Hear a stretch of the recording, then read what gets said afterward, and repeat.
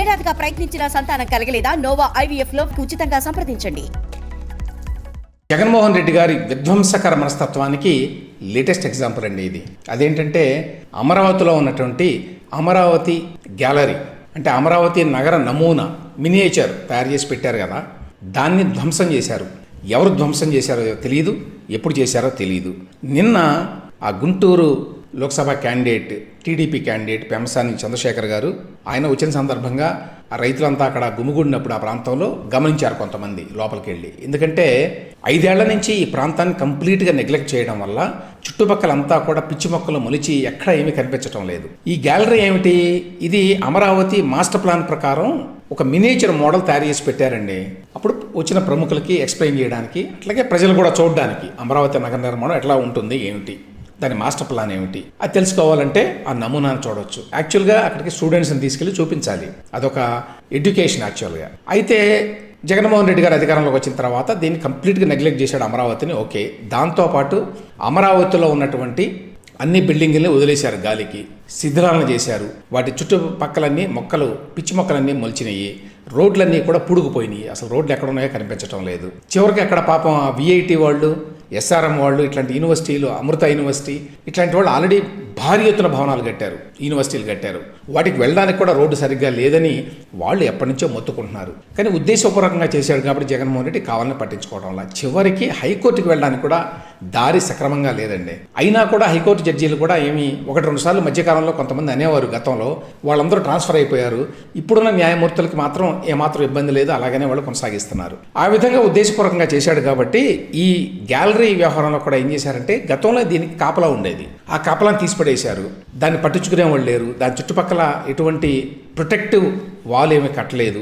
దానికి ఉన్న చుట్టుపక్కల ఉన్నటువంటి ఫెన్సింగ్ ఇట్లాంటివన్నీ కూడా ఎప్పుడో పోయినాయి అట, ఎత్తుకొని వెళ్ళిపోయారు. ఎందుకంటే అక్కడ కంకర, రాళ్ళు, రోడ్లని తవ్వేసి తీసుకెళ్లారు కదా, తీసుకెళ్తున్నారు గత 4-5 ఏళ్ల నుంచి. ఇవన్నీ ఎట్లా జరుగుతున్నాయి అంటే జగన్మోహన్ రెడ్డి గారి టాసిట్ కన్సెంట్ ఉంది. టాసిట్ కన్సెంట్ అంటే చూస్తూ ఊరుకోవడం అనమాట. ఎప్పుడైతే ప్రభుత్వం చూస్తూ ఊరుకుంటుంది, ఏం పర్వాలేదు అనుకున్నారో, న్యాచురల్గా మరి ఆకతాయిలు కావచ్చు, దొండగలు కావచ్చు, చేస్తారు ఇట్లాంటి పనులు. ఇప్పుడు కావాలని దొండగలు చేసిన పని, అందులో ఏం సందేహం లేదు. ఆ మాస్టర్ ప్లాన్ మోడల్ మొత్తం కంప్లీట్గా డ్యామేజ్ అయిపోయింది. అది మీరు విజువల్లో చూడొచ్చు. ఒక గవర్నమెంట్ ఉండగా ఇట్లాంటి కార్యకలాపాలు ఎట్లా జరుగుతాయండి? ఇదేమి మామూలు విషయమా? ఈ మాస్టర్ ప్లాన్ గ్యాలరీ ఏదైతే ఉందో మోడల్, అది 2015లో అక్టోబర్ 22 నాడు స్వయంగా ప్రధానమంత్రి నరేంద్ర మోదీ గారు, ఇంకా చాలామంది ప్రముఖులు విదేశాల నుంచి వచ్చారు. జాపనీస్ అంబాసిడర్ వచ్చాడు అప్పట్లో, ఎంతమంది గుర్తుందో నాకు తెలియదు. సింగపూర్ నుంచి మినిస్టర్ వచ్చాడు, ఇట్లా చాలామంది వచ్చారు. వారందరూ కూడా యాక్చువల్గా ఈ మోడల్ చుట్టూ తిరిగి ఆ రోజున అప్పటి ప్రభుత్వం, చంద్రబాబు నాయుడు ప్రభుత్వం, అందులో అధికారులు ఎక్స్ప్లెయిన్ చేశారు ఈ మోడల్ ఏంటి, మాస్టర్ ప్లాన్ ఏంటి, ఏ విధంగా నిర్మాణం జరుగుతోంది, క్యాపిటల్ సిటీ ఇట్లాంటివన్నీ కూడా. ఇందులో ఆ ప్లాన్ మోడల్ ఉంది. కొన్ని హిస్టారికల్ ఐటమ్స్, అమరావతి దాని ప్రాముఖ్యత ఉంటుంది కదా, అక్కడ ఉన్నటువంటి బౌద్ధ సంస్కృతి, ఆ నమూనాలు అవి ఉన్నాయి, మ్యాప్స్ ఉన్నాయి, స్కెచ్లు ఉన్నాయి, ఇన్ఫర్మేషన్ బోర్డులు ఉన్నాయి, ఇవన్నీ ఉన్నాయి అందులో.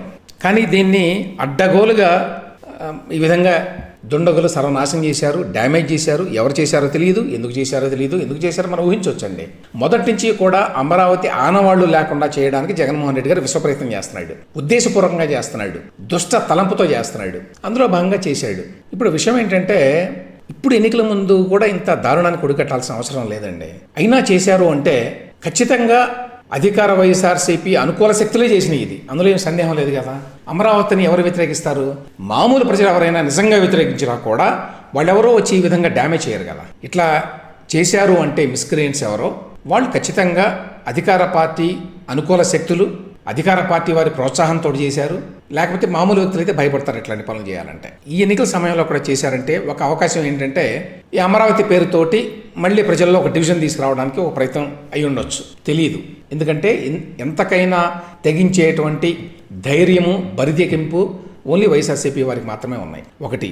రెండవది, ఎన్నికల సమయంలో కూడా ఇంత అడ్డగోలు పనికి పాల్పడ్డారు అంటే ఇప్పటికైనా సరే ఆ కనీసం గుంటూరు, కృష్ణా జిల్లాల ప్రజలైనా ఈసారి వైఎస్ఆర్సీపీకి కనుక ఎన్నికల్లో బుద్ధి చెప్పకపోతే, ఒక్క సీట్ అంటే ఒక్క సీటు కూడా ఆ ప్రాంతంలో, రాజధాని ప్రాంతంలో రాకుండా చెయ్యకపోతే దాని అర్థం ఏంటంటే ఆంధ్రప్రదేశ్కి, పర్టికులర్లీ ఆ జిల్లాల వాళ్ళకి ఇక మోక్షం లేదు, భవిష్యత్తు లేదు. చంద్రబాబు నాయుడు గారు ఇతర టీడీపీ నాయకుల మీద, అపోజిషన్ లీడర్స్ మీద ఎన్ని కేసులు ఆంధ్రప్రదేశ్లో పోలీస్ స్టేషన్లలో ఉన్నాయి అనే విషయం గురించి చాలా సార్లు మాట్లాడుకున్నామండి. అసలు ఎన్ని కేసులు ఉన్నాయో చెప్పండి బాబు, ఎందుకంటే మేము ఎన్నికల ఎఫిడవిట్లో రాయాలి అని చెప్పి స్వయంగా చంద్రబాబు నాయుడు గారే లేఖ రాశారు డీజీపీకి. ఆ తర్వాత మళ్ళీ తెలుగుదేశం ప్రతినిధి వర్గం వెళ్ళి మళ్ళీ ఇంకొకసారి కలిశారు. ఎన్నికల సంఘానికి కంప్లైంట్ చేశారు, వీళ్ళు మా కేసుల వివరాలు ఇవ్వడం లేదని. చివరికి ఇప్పుడు తెలుగుదేశం పార్టీ లీగల్ డిపార్ట్మెంట్ వారు ఇప్పటిదాకా వచ్చినటువంటి వివరాలని మొత్తాన్ని కొల్లేట్ చేసి ఒక లిస్ట్ తయారు చేశారటండి. దాని ప్రకారం చంద్రబాబు నాయుడు గారి మీద ఆంధ్రప్రదేశ్లో 24 కేసులు ఉన్నాయి. అదేవిధంగా లోకేష్ మీద 23 కేసులు ఉన్నాయని చెప్పి కనుగొన్నారు. ఇవి కాకుండా ఇంకా కూడా ఉండొచ్చు, తెలియదు. ఇప్పటిదాకా వాళ్ళు కనుగొన్నాం అనమాట. చంద్రబాబు నాయుడు గారి మీద 24 కేసులు, లోకేష్ మీద 23 కేసులు. వీటిలో మ్యాక్సిమం కేసులన్నీ కూడా మన వైసీపీ వారి అధికారంలోకి వచ్చిన తర్వాత పెట్టినవి. నాకు తెలిసి చంద్రబాబు నాయుడు గారి మీద గతంలో కేసులు ఒకటి మహారాష్ట్రలో అప్పుడు బాబ్లీ అంశానికి సంబంధించి వాళ్ళు మహారాష్ట్ర వెళ్ళినప్పుడు ఆ నాందేడ్ ప్రాంతంలో ఎక్కడో అరెస్ట్ చేసి ఒక కేసు పెట్టారండి. ఆ కేసు ఒకటే నడుస్తోంది చంద్రబాబు నాయుడు గారి మీద. మిగతా కేసులన్నీ కూడా జగన్మోహన్ రెడ్డి గారు పెట్టినవే. అందులో 9 కేసులు సిఐడి వారు పెట్టినవి, పెద్ద కేసులు. అవి కాకుండా చిన్న చిన్న కేసులు పెడతారు. ఆయన ప్రచారానికి వెళ్ళినప్పుడల్లా ఏదో ఒకటి ఉల్లంఘించాడని, బెదిరించాడని, అటెంప్ట్ మర్డర్ కూడా పెట్టారు కదా అంగళ్ళు కేసులు, ఆ విధంగా పెట్టారు. సో ఇవన్నీ కలిపి 24 కేసులట. ఇక లోకేష్ మీద అయితే యోగణం పేరుతోటి పెట్టారు. యోగణం ఆయన కార్యక్రమం చేస్తున్నప్పుడు ప్రతి చోట కూడా ఏదో ఉల్లంఘించాడు, ఆయన నిబంధన ఉల్లంఘించాడు, ఏదో సెక్షన్ ఉల్లంఘించాడు. గతంలో అమరావతి రైతుల మీద పెట్టినట్టుగా 23 కేసులు పెట్టారట. అయినా కూడా ఇవన్నీ సమగ్రమైనటువంటి లిస్ట్ ఇది అని చెప్పడానికి లేదండి. ఇంకెక్కడో ఇంకో 1-6 కేసులు ఉండొచ్చు ఇప్పటిదాకా వచ్చినవి. ఎందుకంటే ఇవాళ నుంచి నామినేషన్లు, బహుశా ఆయన చంద్రబాబు నాయుడు గారు నామినేషన్ రేపేస్తున్నట్టున్నారు కుప్పానికి. సో ఈ లోపలే మీకు రావాలన్నీ కూడా. సమాచార హక్కు చట్టం కింద దరఖాస్తు చేశారట. డీజీపీ గారికి మరి రిప్రజెంటేషన్ ఇచ్చారు దీనికి సంబంధించి. అన్ని జిల్లాల ఎస్పీలకు కూడా రాశారట. ఇన్ని చేస్తే వచ్చిన సమాచారం అండి ఇది. వీటిని క్రోడీకరించి ఇప్పుడు ప్రస్తుతానికి జాబితాలు సిద్ధం చేసుకున్నారు. అయినా కూడా ఇవన్నీ 100% కరెక్ట్ అని చెప్పడానికి లేదు. అయితే ఒకటే అడ్వాంటేజ్ ఏంటంటే మేము మా ప్రయత్నాలన్నీ చేసి అన్నీ తెలుసుకున్నాము, సాధ్యమైన మేరకు తెలుసుకొని మేము రాశాము ఇందులో. రేపు ఎప్పుడైనా వచ్చి ఈ జగన్మోహన్ రెడ్డి ప్రభుత్వంలో ఎవరైనా అధికారి కానీ ఎవరైనా ఇంకో కేసు ఉన్నది మా దగ్గర అని చెప్పినా కూడా బహుశా దానికి విలువ ఉండేటువంటి అవకాశం లేదు. ఆ రకంగా అదేదో వైలేషన్ అని చెప్పి ఎలక్షన్ కమిషన్ వారు భావిస్తారు అని చెప్పడానికి లేదు. ఎందుకంటే మీకు తెలిసిన మేరకు మ్యాక్సిమం ప్రయత్నించి మీ మీద ఉన్న కేసులు మీరు రాయాలి. ఆ విధంగా అయితే రాశారు. మొత్తానికి చంద్రబాబు నాయుడు గారు దాదాపు 40 ఏళ్ళు రాజకీయాల్లో ఉంటే ఆయన మీద 2013లోనో ఎప్పుడో అనుకుంటాను, లేకపోతే 2010లో ఈ మహారాష్ట్ర నాందేడ్ కేసు ఆయన మీద ఉన్నది. అది మినహా ఆయన మీద కేసులు ఏమీ లేవు.